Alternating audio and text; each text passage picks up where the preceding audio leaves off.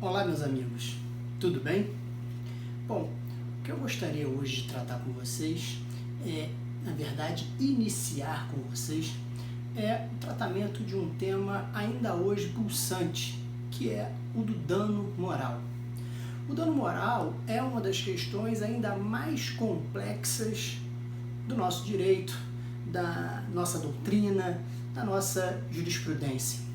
As discussões envolvendo o dano moral são inúmeras, gigantescas, eu diria até oceânicas, de modo que eu penso que esse tema é importantíssimo para a gente iniciar uma série de vídeos tratando do assunto. Bom, mas como é que a gente pode tratar de dano moral se a gente não sabe o que é o dano moral?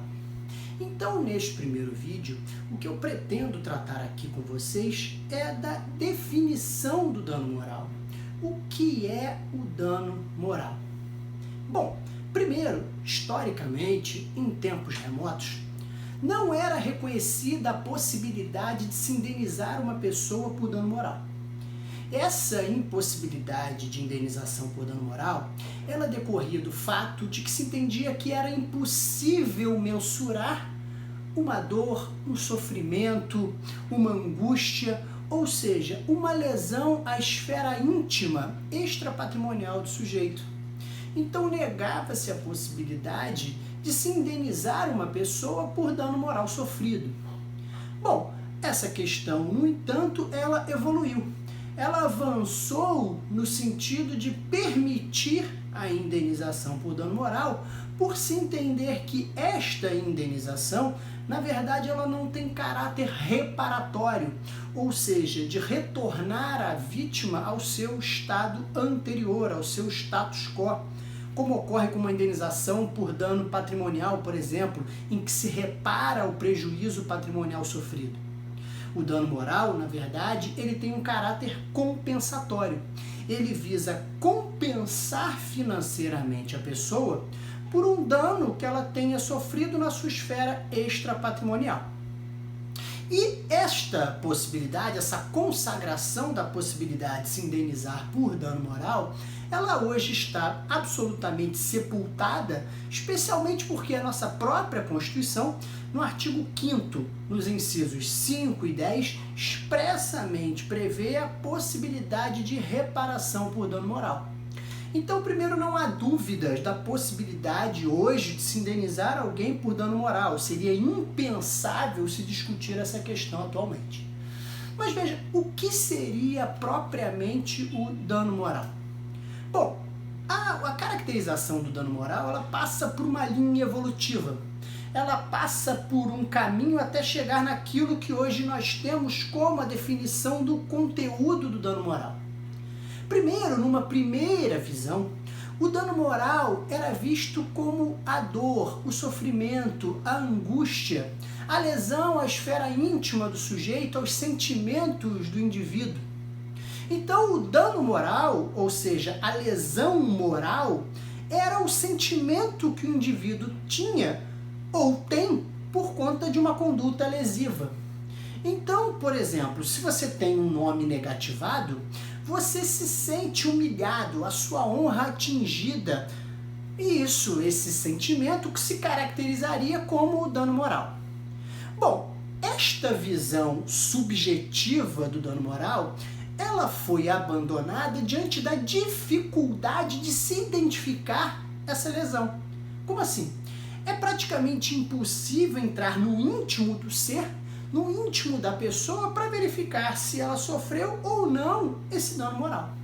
Por isso, essa visão ela foi abandonada por uma visão mais objetiva. Uma visão de que o dano moral se caracteriza objetivamente pela lesão aos direitos da personalidade.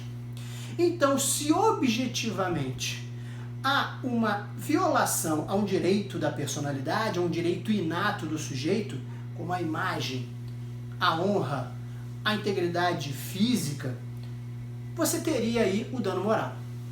Este pensamento, ele se perpetuou por muito tempo. E há ainda na doutrina e também em decisões judiciais que se apegam a esta visão da mera violação aos direitos da personalidade. No entanto, meus amigos, esta visão, ela também se encontra ultrapassada segundo a doutrina, com a devida vênia aos demais doutrinadores, mais moderna.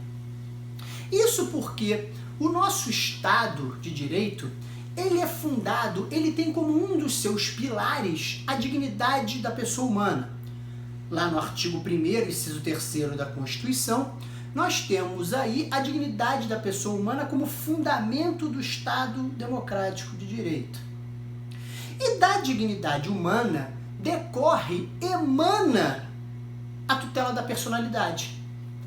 Ou seja, aqueles direitos inatos ao sujeito, aqueles direitos que ele titulariza pelo simples fato de ser uma pessoa, como o nome, a honra, a imagem, a integridade física, a privacidade também, por exemplo, esses direitos, eles nascem, eles decorrem do simples fato de você ser uma pessoa.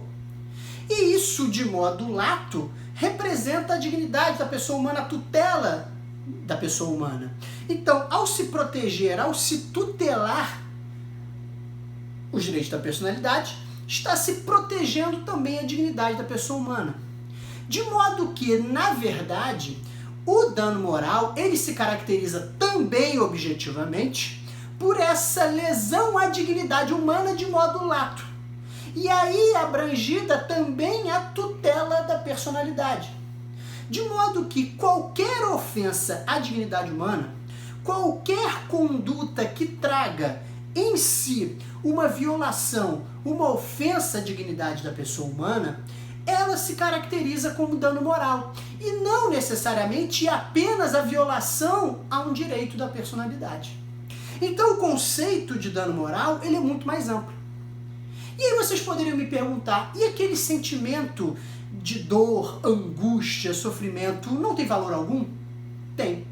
Esta aferição subjetiva, ela ainda tem importância, mas não para a caracterização do dano moral, mas sim para as repercussões patrimoniais desse dano.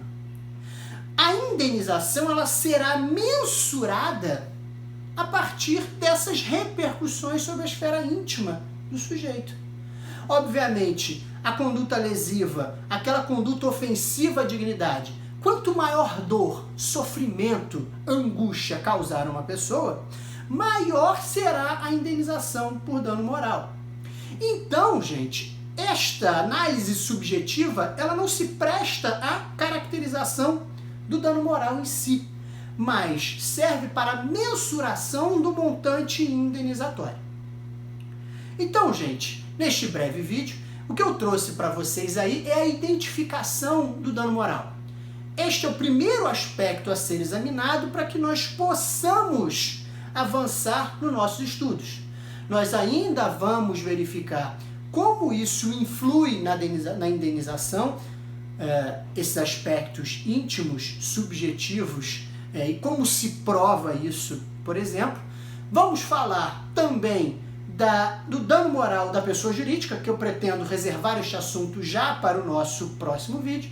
E aí vamos seguindo, avançando com outros aspectos doutrinários dogmáticos e, ao fim, para as discussões em outros vídeos dos aspectos das discussões jurisprudenciais, das questões práticas concretas envolvendo o dano moral. Eu espero vocês aqui nos próximos vídeos e aguardo aí comentários, sugestões e críticas. Meus amigos, fiquem com Deus e até a próxima.